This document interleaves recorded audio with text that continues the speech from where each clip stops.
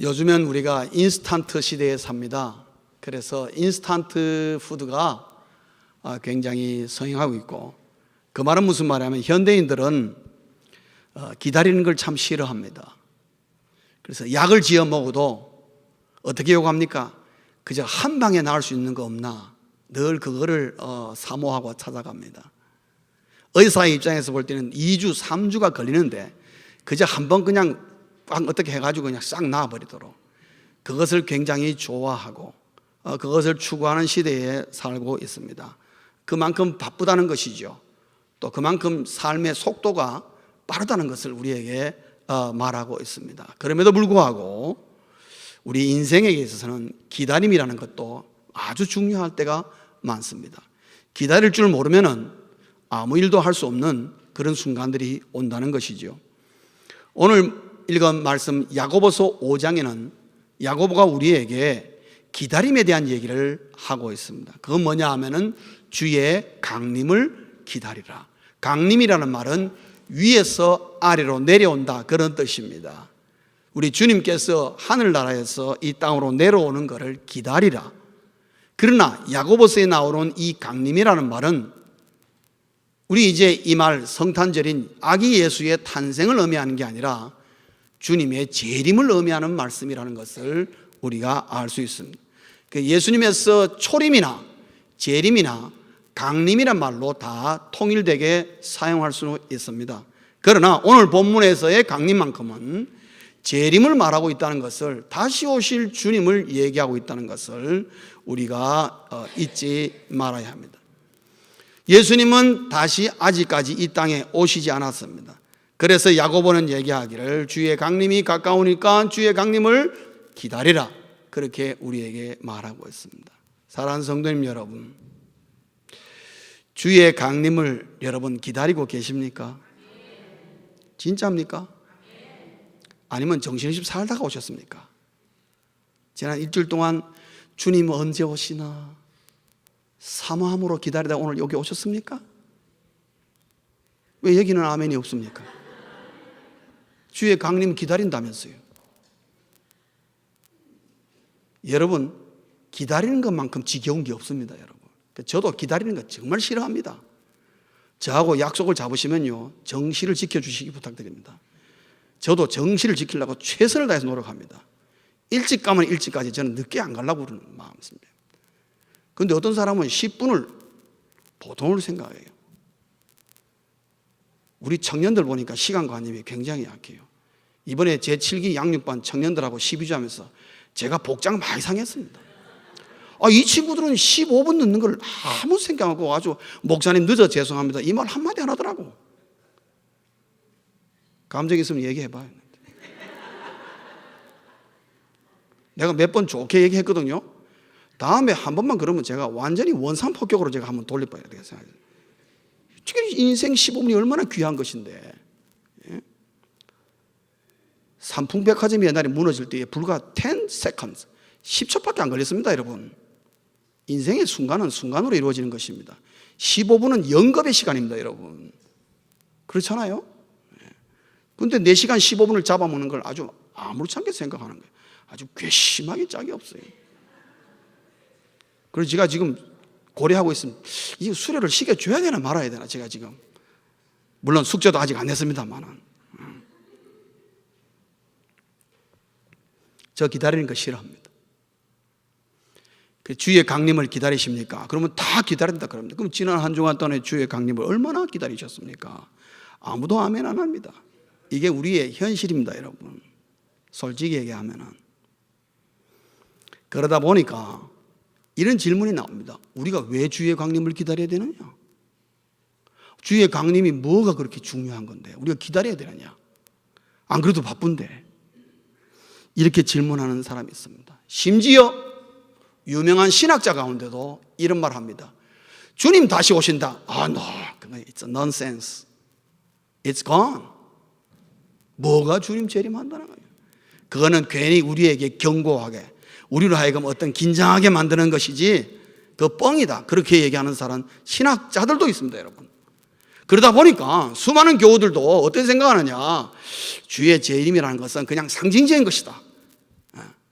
정신적인 것이다. 뭐 이렇게 막 얘기하고 넘어갑니다만은 성경 어디에 봐도 그렇게 말하는 경우가 없습니다. 그리고 재림에 대한 얘기는 얼마나 성경에 많이 얘기하고 있는지 알 수가 없습니다. 주의 재림을 우리 기다린다는 것이 왜 그렇게 중요하냐? 그 의미가 무엇이냐? 주의 재림을 기다린다는 것은, 주의 강림을 기다린다는 것은 우리 그리스도인에게는 정말 중요합니다. 왜? 세 가지 면으로 중요합니다. 첫째는 주님 이 땅에 다시 올 때는 우리의 세상과 인생이 종착점이기 때문에 그렇습니다. 인류의 역사가 the end, 끝이라고 성경은 우리에게 분명히 말하고 있기 때문에 그렇습니다. 주의 재림은 우리에게만 중요한 게 아니라 온 인류에게 정말 중요한 것이다. 끝이라는 겁니다. 두 번째, 주의 재림, 강림이 우리 그리스도인에게 중요한 의미는 뭐냐? 모든 것을 놓아버려야 하는 순간이기 때문에 그렇습니다. 내가 생각하던 어떤 미래, 내가 생각하던 사업, 내가 좋아하는 직장, 나의 모든 가진 것들을 다 내려놓아야 하는 순간이 그 순간이기 때문에 그렇습니다. 더 이상의 사용의 가치가 없다 이 말입니다. 그 순간이 오기 때문에. 언제 오느냐? 주님 이 땅에 다시 올 때에 그런 일이 있다.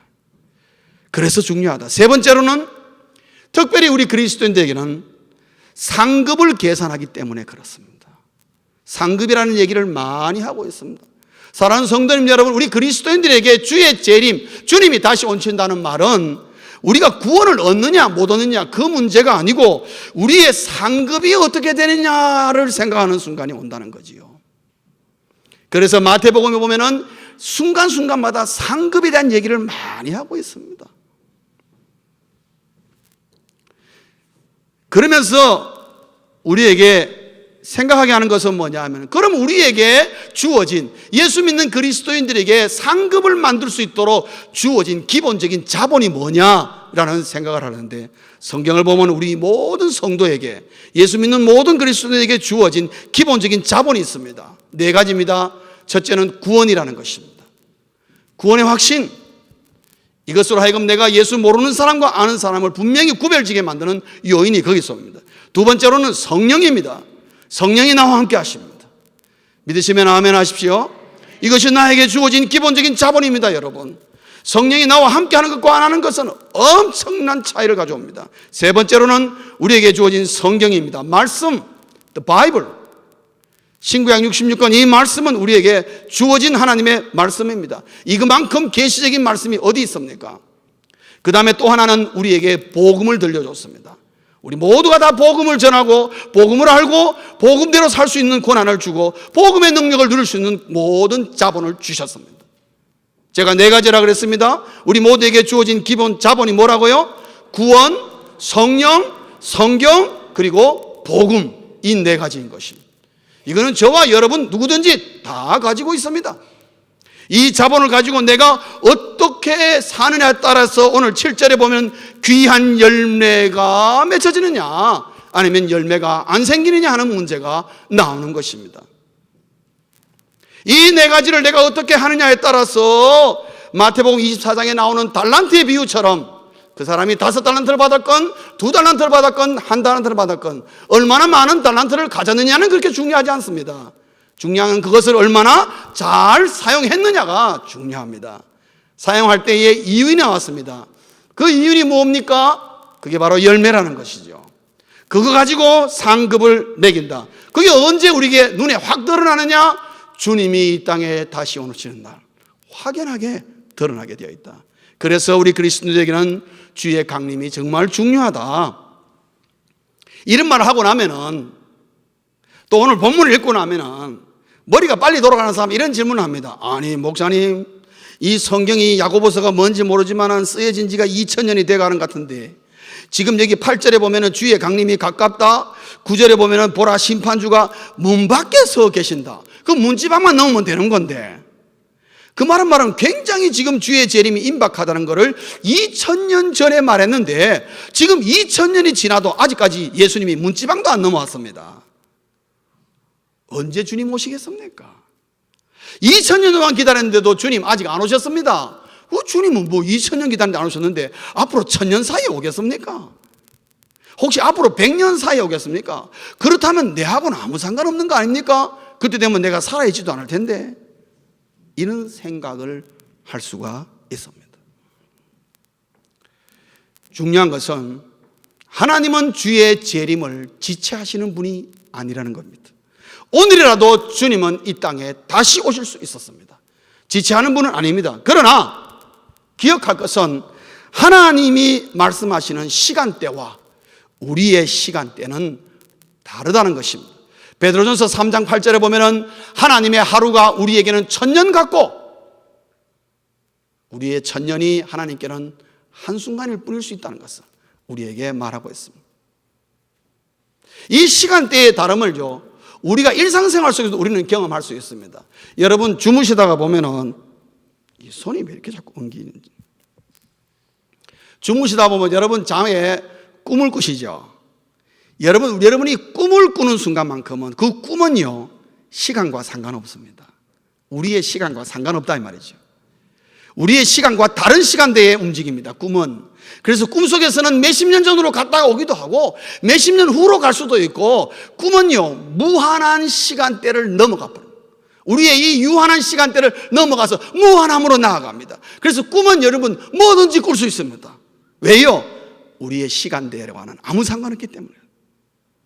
우리가 꿈을 꿀 때는요, 우리가 현실로 느끼는 시간 가지고 카운트할 필요가 하나도 없습니다. 여러분, 우리의 현실의 삶 속에서도 우리는 우리의 시간대와 다른 시간대를 경험할 수 있습니다. 하물며 하나님은 영존하시는 하나님, 영원부터 영원까지 계시는다는 이 말은 뭐냐면은 우리의 시간대와는 상관없다 이 말입니다. 영원은 어차피 시간하고는 아무 상관없습니다. 카운트해봐야 의미가 없다 이 말씀입니다. 하나님의 시간대와 우리의 시간대는 다르기 때문에 주의 재림이 우리에게는 매우 더디게 보일지 모르지만은 하나님께서 올 때는 이틀밖에 안 지난 순간일 수도 있다는 것을 우리가 아셔야 됩니다. 주의 재림이 왜 아직 이루어지지 않는가? 또 다른 이유가 하나 있습니다. 그건 뭐냐면은 우리의 준비를 위한 하나님의 자비 때문이라는 것이죠.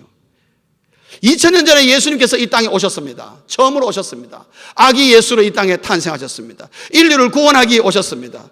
그때에 예수님을 기쁨으로 준비하였다가 맞이한 사람이 과연 몇 명이나 되었습니까?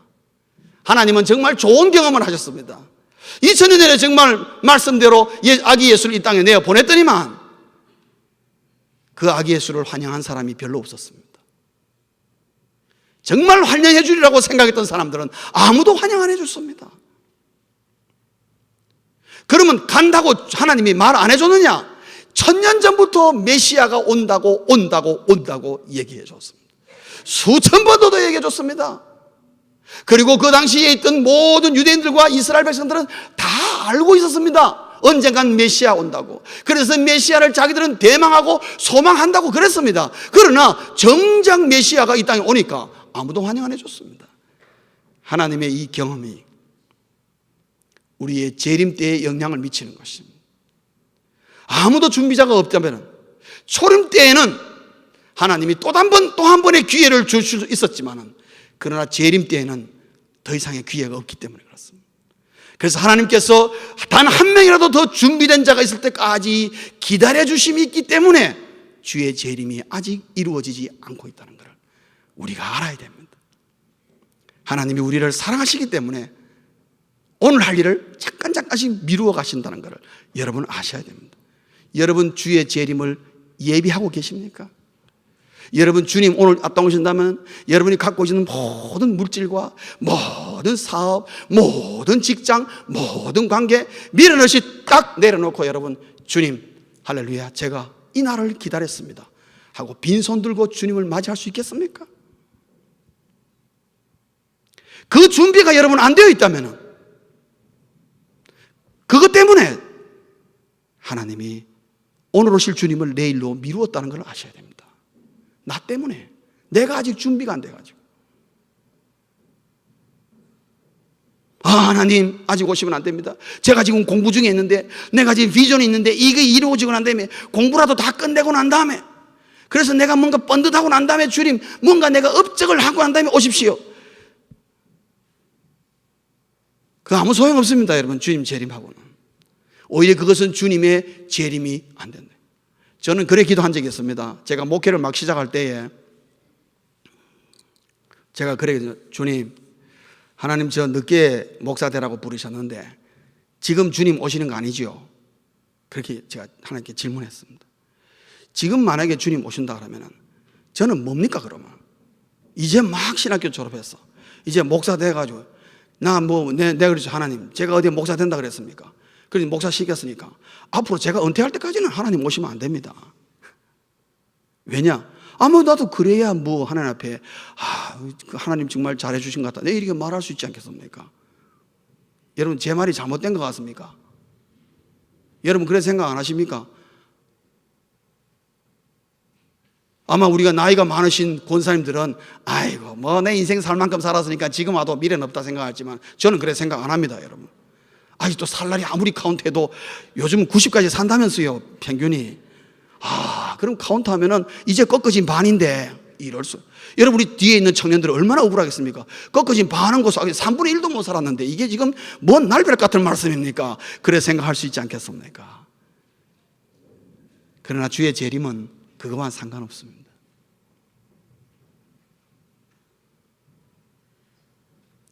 그거는 그거지만은 그 길로 나가더라도 주의 재림을 기다리는 마음을 잊어서는 안 됩니다. 주의 재림을 기다리는 늘 준비된 자가 되어야 됩니다. 준비된 자가 한 명이라도 더 생기게 하려고 주님이 재림을 기다리고 미루고 있다는 사실을 절대로, 남 때문이 아니라 바로 나 때문에. 그래서 오늘 야고보 사도가 말하고 있습니다. 예수 믿는 여러분, 주의 강림하심을 기다리고 있어야 됩니다. 기다리는 자는 떠날 준비가 되어 있는 자이기 때문에 기다리는 것입니다. 만날 준비가 되어 있는 자이기 때문에 기다리는 것입니다. 그러나 많은 사람들은 주의 강림을 기다리지 않습니다. 그러나 때가 되면 주의 강림을 기다리지 않아도 주님은 오신다는 사실을 기억하십시오. 그때에 아이고 기다리라 할 때 내가 기다리고 뭔가 좀 준비를 해놓을 걸 할 때는 이미 늦었다 그랬습니다. 주님 말씀하시기를 내가 다시 이 땅에 올 때에 그런 자가 있다면 이를 갈미 있으리라, 그렇게 얘기했습니다. 그때의 후회는 이 땅에서 후회하는 것하고는 비교가 될 수 없도록 비참한 후회의 현장이 우리에게 올 것이라는 것을 말하고 있습니다. 그래서 야고보 사도도 우리에게 거듭 얘기하기를 주의 강림을 기다리라, 우리는 주의 강림을 기다리는 자라는 것을 잊지 말라고 말해주고 있습니다. 두 번째로 오늘 이 말씀을 통해서 우리에게 주시는 바 교훈은 주의 강림을 기다리는 자가 해야 할 일이 있다는 것입니다. 어떻게 우리가 주의 강림을 오늘 기다려야 되느냐? 야고보 사도는 우리에게 딱 한마디로 정의해 주기를 인내함으로 기다리라고 그랬습니다. 왜냐? 기다림 자체가 인내를 요구합니다. 5분 늦게 옵니다. 인내하고 있지요. 10분 늦게 옵니다. 인내하고 있습니다. 요즘은 그래도 셀폰이 있어서 10분만 늦게 오면 어떻습니까? 전화가 옵니다. 딱 와서 아직 안 오셨습니까? 금방 전화가 옵니다. 그러나 옛날에 전화도 없고 아무도 없을 때는 어떻게 됩니까? 오다가 어떻게 된 건지 1시간도 좋고 2시간이 다른데 에라 모르겠다고 들어가는 경우도 허다합니다. 왜냐하면 통신수단이 없으니까. 그때에 기다리는 자의 입장은 뭡니까? 인내가 필요한 것입니다. 그 말은 무슨 말이냐면 주의 강림을 기다리는 것이 쉬운 일이 아니라는 것입니다. 많은 것을 넘어가야 된다는 것입니다. 왜? 여러분, 주의 강림을 잊게 하는 일들이 우리 이 세상에 많습니다. 우리의 삶을 유혹하는 것도 많고 좋은 면도 있고 나쁜 면도 있고, 우리로 하여금 기다리는 자를 미련하게 보는 사람도 있고, 예수 그리스도의 재림을 기다린다 그러면 우리를 우습게 생각하고 멸시를 말하고 비웃는 사람들도 적지 않습니다. 뭔 소리를 지금 하고 있느냐고 우리를 바보처럼 보는 걸 때, 그런 것을 감수하며 기다릴 때에는 인내가 필요한 것입니다. 인내만 있으면은 강림을 기다리는데 별 문제가 없다고 우리에게 가르쳐요, 야고보서는. 그러면 야고보가 말하는 인내가 뭐냐? 인내는 3가지로 구성되어 있습니다. 야고보서는 우리에게 얘기하기를 인내에는 3가지를 포함하는데, 첫째는 참음이다. 참음이라는 것. 참음이란 말은 사전에 보면 이렇게 되어 있습니다. 성급하게 그릇된 것을 향하여 보복하지 않는 자기 절제라 그랬습니다. 그러니까 참는다는 것은 자기 절제를 말합니다. 뭐예요? 그릇된 것을 향해 보복하지 않는, 어떻게 성급하게. 그래서 참는 것이 터지면은 화가 동시에 올라오는 이유가 바로 거기에 있습니다. 성급하다는 것을 말하고요. 이것은 수동적인 인내입니다. 내가 자진해서 참는 게 아니라 밖에서 외부로부터 충격이 들어왔습니다. 영향이 들어왔지만은 내가 화를 낼 수 있지만은 어떻게 해요? 의도적으로 참는 것입니다. 할 수 없이.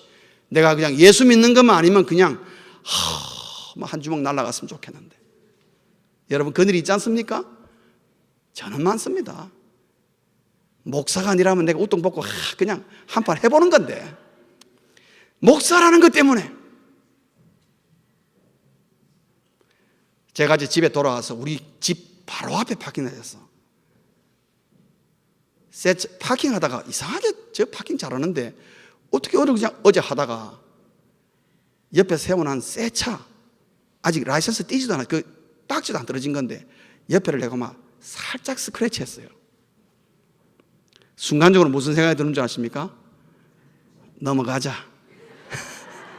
아무도 본 게 없다. 그리고 바디가 크게 우러진 것도 아니고 살짝 본인도 어떻게 주차하다가 박혔다 생각하겠지. 그러나 목사이기 때문에, 그지요? 목사 아니라도 그래 해야 되겠지만 집에 가가지고 메모 써가지고 내가 그랬다고 우리 집으로 와라, 아니면 전화해라, 전화번호를 써 딱지를 딱 붙여놓고 왔어요. 운전석에다가. 오늘 아침에 나오면서 보니까 딱지가 없어졌어요. 그러니까 이 주인이 보고 간 거, 이제 가지고 간 거죠. 전화 오겠죠, 이제. 우리 집 찾아오던가. 제가 옛날에 그랬다면, 목사 이전에 서리 집사 때 그랬다면 아마 그냥 꿀끄덕하고 넘어갔을지 모르겠습니다. 여러분, 예수 믿는 것 때문에, 내가 가지고 있는 직책이라는 것 때문에, 집사다, 장로다, 권사다라는 것, 또 내가 무슨 부장이다, 셀 리더다, 이런 것 때문에 우리가 참고 넘어가야 될 일이 많습니다, 여러분. 그렇지 않습니까? 그게 뭡니까? 참음, 수동적 인내입니다. 그 다음에 인내의 또 한 요소는 굳게섬입니다. 굳게섬. 정한 마음이 흔들리지. 오늘 야고보서 그랬습니다. 마음을 굳건하게 하고, 이 말은 뭐냐 하면은 마음을 굳건하게 한다는 건 정한 마음을 가진다. 마음이 좌우로 흔들리지 않는다는 것입니다. 흔들리지 않는 마음, 이거 뭡니까? 능동적인 인내입니다. 능동적인 인내. 다이어트 하기로 마음 먹었습니다. 어떻습니까? 능동적인 마음을 딱 정했습니다. 그러면 주변에 맛있는 거, 자기가 좋아하는 거 있어도 어떻게 하죠? 그걸 안 먹고 침만 삼키고 넘어갑니다. 그게 뭐예요? 그게 뭡니까? 굳게섬입니다. 굳게섬. 흔들리지 않는다는 것이죠. 흔들리지 않는. 능동적인 인내입니다. 인내입니다. 누가 옆에서 유혹을 많이 합니다. 예수를 믿어도 참 유별나게 믿는다고, 왜 그렇게 믿냐고, 이렇게 하면서 양다리 적당히 걸치면서 그래도 다 천당가지 않냐고, 어느 교회 누구는 그렇고 저 교회 저렇고, 그냥 이렇게 넘어가자고 양다리 걸치게 만드는 그런 유혹들 많습니다, 여러분. 그러나 그렇지 않고 내가 정한 마음을 가지고 흔들리지 않고 가려면은 여러분 인내가 없으면 안 됩니다. 참을 줄 알아야 돼요. 인내. 굳게 섬이 있어요. 그럼 무너진단 말이에요. 그 다음에 인내의 세 번째 요소는 기다림입니다. 무슨 말이냐? 인내라는 말은 하루아침에 이루어지는 게 아니란 것입니다. 오랜 시간을 요구한다 이 말입니다. 그래서 성경에 보면 인내란 말을 할 때 다른 말로 오래 참음, 우리가 읽을 때는 어떻게 읽습니까? 오래 참고. 그 오래라는 말은 뭡니까? 세월을 얘기합니다. 시간이 걸립니다. 기다림이란 말은 뭡니까? 시간을 얘기하고 있습니다. 기다리라는 말은 인내를 요구하는 것인데 왜 그러느냐? 시간을 요구하고 세월을 요구하고 중간에 여러 가지 변수를 고려하고 있는 것이다 이 말입니다. 그래서 인내는 참음과 굳게섬, 기다림, 이 세 가지가 조합되어서 인내라는 말을 할 수가 있다 하는 것입니다. 그러면서 야고보는 오늘 본문에서 세 가지의 인내에 관한 좋은 예를 들어줍니다. 첫째는 농부에게서 배우는 인내입니다. 농부가 어떻게 인내하느냐 하는 것을 보여줍니다. 농부가 하는 건 뭡니까? 내가 할 일은 한다는 겁니다. 농부가 할 일은 뭡니까? 씨앗을 뿌리는 겁니다. 그 다음에 맡길 거는 맡기는 것입니다. 맡길 거는 맡기는 것입니다. 왜냐? 씨앗이 싹이 터가지고 자라는 거는 마음대로 할 수가 없습니다.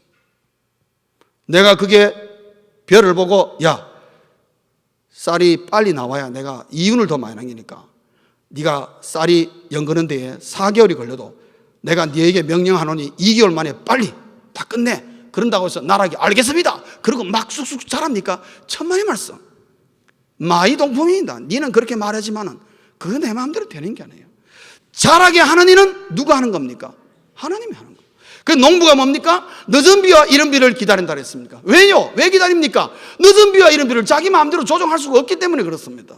성도님 여러분, 우리가 인생사에서 내 마음대로 할 수 없는 게 얼마나 많은지 모릅니다. 그때는 어떻게 해요? 그거를 맡겨야 됩니다.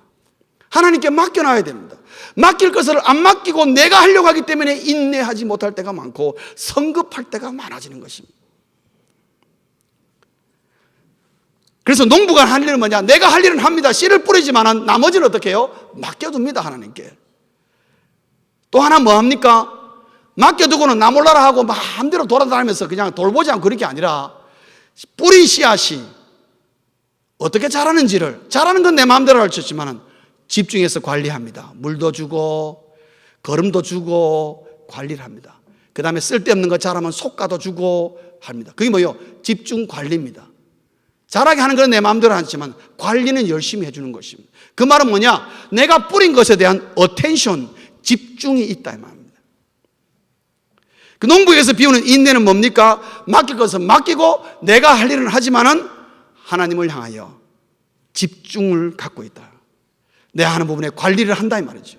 집중 관리해서 하나님이 마음껏 할 수 있도록 자꾸만 나도 돌아보고 관심을 기울여 주는 것입니다. 그 다음에 또 하나는 선지자들에게서 배우는 인내입니다. 그건 뭐냐 하면은 선지자들은 주의 이름 때문에 많은 특권을 누렸습니다. 그러나 반면에 주의 이름 때문에 그들은 무고한 고통을 인내해야 했습니다. 예수 이름으로 그들은 예언을 많이 했습니다. 이스라엘 백성들이 다들 잘 살고 있는데 이 선지자들이 나와가지고 하는 말이 뭐냐면 이러다가 이스라엘 망한다 그런 거예요. 여러분, 어느 누가 망한다는 소리를 좋아하겠습니까? 그러니까 선지자들이 핍박이 많이 받았습니다. 왜 그런 쓸데없는 소리 하냐고 막 그랬습니다. 이스라엘 백성들이 자기 나라들이 망하고 그것이 현실화되기 전까지는 계속 선지자들을 괴롭혔습니다. 그리고 심지어 잡아다 옥에 가두기도 하고 그들을 죽였습니다. 그 말은 뭐냐? 선지자에서 배우는 인내는 뭐냐? 인내 가운데는 많은 고통을 내가 감내하지 않으면 인내라는 것은 세워지지 않는다 이 말입니다. 많은 수고가 있다, 고통이 있다. 그 다음에 세 번째로 뭐냐 하면은 욥이라는 사람을 11절에 얘기합니다. 욥을 가리켜서 뭐냐면 인내하는 자가 복이 있다 이 말로 결론을 맺고 있습니다. 인내하는 자가 복이 있다는 것입니다. 사랑하는 성도님 여러분, 인내하는 자가 복이 있다고 말했습니다. 이 말씀을 그대로 아멘으로 받을 수 있기를 주의 이름으로 축원합니다. 인내하는 자가 복이 있다. 왜 그러느냐? 욥을 보라는 것입니다. 욥이 정말 고난 가운데 그가 인내함으로 승리했습니다. 그럴 때 그는 오늘 승리할 수 있었고 내일도 승리할 수 있었습니다. 그리고 오늘 하나님의 복을 받았고 내일의 복도 하나님을부터 받았습니다. 그게 욥입니다. 그래서 인내하는 자에게 주시는 복이 뭐냐? 욥을 봐라. 인내하다가 하나님의 놀라운 복을 많이 받았다. 그러면서 인내의 아름다운 예와 인내라는 것이 무엇인지를 우리에게 가르쳐 주면서 인내하라, 인내하라. 그리고 이 인내의 결과는 어디에서 나타나느냐? 하나님 앞에서 다 상급으로 나타나게 된다. 결국 이 땅에 살면서 한평생 우리에게 살면서 우리에게 남는 것은 뭐냐? 인내로 말미암아 맺어진 열매가 하나님 앞에서 카운터되고 계산되는 것, 그거 외에는 우리에게 남는 것은 하나도 없고 우리에게 주어진 그럼 기본 자본은 뭐냐? 구원과 성령과 성경과 그리고 복음, 이 네 가지밖에 없다. 나머지는 다 이 땅에서 우리가 육신적인 생활을 영위하는 데 필요한 것으로 준 것이지 영원한 것이 우리의 자본이 아니다. 그렇게 우리에게 가르쳐 주고 있으면서 그리스도인은 주의 강림하심을 기다리는 자라는 것을, 그 기다림의 목적은 결국 하늘나라의 상급을 기다리는 것이라고 우리에게 말해주고 있습니다. 말씀을 맺겠습니다. 주의 강림을 기다리는 자는, 이 의미를 아는 자는, 이 뜻을 아는 자는, 이 중요성을 인내하는 자는 인내한다. 이 중요성을 이해한 자는 인내한다. 주의 강림을 기다리는 자는 인내하는 것입니다. 인내한다는 말은 뭐냐면 주의 강림을 기다리고 있다는 것을 말하고 있습니다. 오늘을 가치 있게 만드는 방법 중에 하나가 그리스도인들은 오늘 인내하는 법을 배우는 것입니다. 어떤 면이든 간에. 왜냐, 인내는 성숙의 과정이요 거룩의 과정입니다. 우리 모두가 인내를 완벽하게 못합니다. 그렇기 때문에 야고보가 우리에게 인내하라는 말을 합니다. 그것이 쉽다면 구태여 우리에게 말할 필요가 없을 것입니다. 그러나 이것은 쉽지 않기 때문에 수없이 넘어지기도 하고 또 다시 일어서기도 하고 또 넘어지기도 하고 일어서기도 하면서 우리가 인내를 통해서 성숙해가고 거룩해간다는 것을 야고보는 알고 있었습니다. 그래서 이 한 가지만 잘해도, 인내만 잘해도 우리는 성숙한 그리스도인으로 하늘나라에 엄청난 상급을 쌓는 그리스도인이 될 수 있다, 그렇게 말하고 있는 것입니다. 제가 지난 주간 기도원에 갔는데 참 좋은 기도원이었습니다. 근데 기도원에 산책로가 있었는데 그 산책로를 쭉 올라가면은 산 정상을 이렇게 지나가게 되어 있습니다. 산책로가 완전히 등산로 비슷하게 되어 있어요. 매일 올라갔습니다. 그래서 셋째 날 올라갈 때는 평소에는 별 생각 없다가 셋째 날 올 때는 좌우에 나무들이 많이 있었는데, 나무들이 굉장히 작은, 여러분 캘리포니아 사는 나무들이 작습니다. 크기가 작은 나무들이 좌우로 쫙 있는데 잎들이, 이파리들이 새파랗게 쫙 있어요. 병드는 게 하나도 없어요.